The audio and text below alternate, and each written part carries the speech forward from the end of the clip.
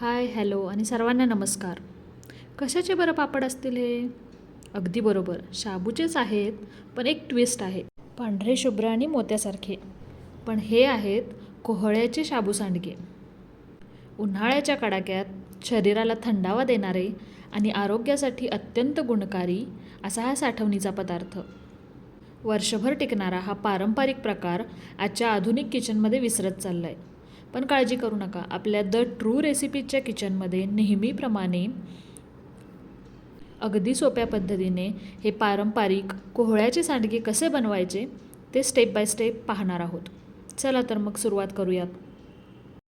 इथे आपण एक मध्यम आकाराचा साधारण अर्धा किलोचा कोहळा वापरणार आहोत. आपण कोहळा निवडताना तो चांगला भरलेला असावा. तो अगदी स्वच्छ धुवून चिरून त्यातील बिया काढून घ्या आणि मग इथे दाखवल्याप्रमाणे त्याचा मोठा मोठा किस करून घ्या.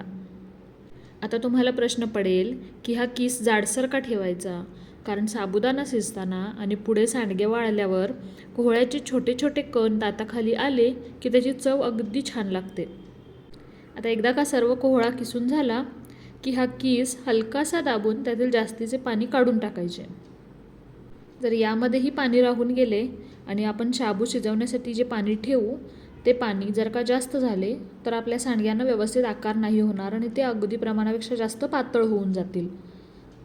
आपल्या पूर्वापार पद्धतीप्रमाणे इथे शाबूच्या सांडग्यामध्ये कोहळा वापरण्यामागे एक खास कारण आहे बरं का. कोहळा हा नैसर्गिकरित्या अत्यंत थंड असतो. तो उन्हाळ्यातील शरीरातील उष्णता शोषून घेतो.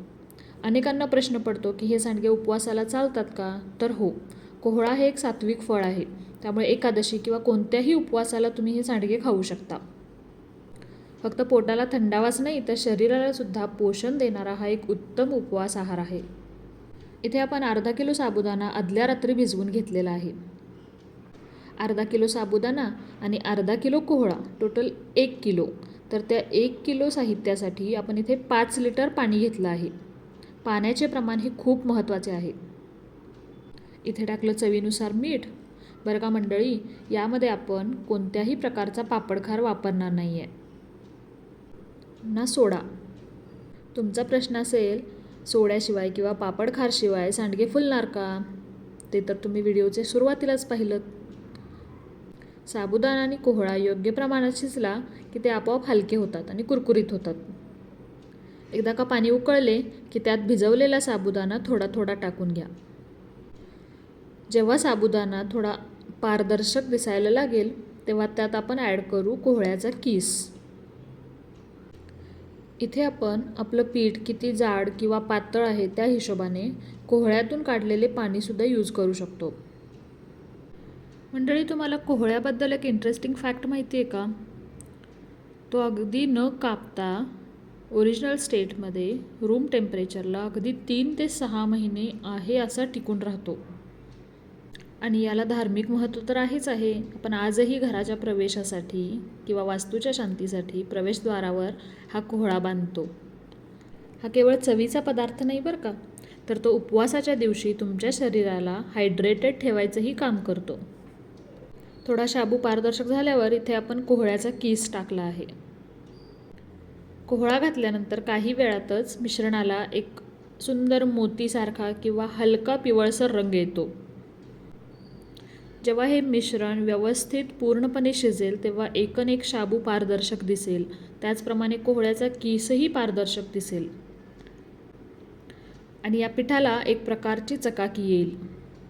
इथे पाहू शकता आपलं पीठ पूर्णपणे शिजलेलं आहे. मिश्रण थोडं कोमट झालं की उन्हामध्ये एक प्लास्टिक पेपर अंथरून त्यावर छोटे छोटे पापड आपण पळीने टाकून घेणार आहोत.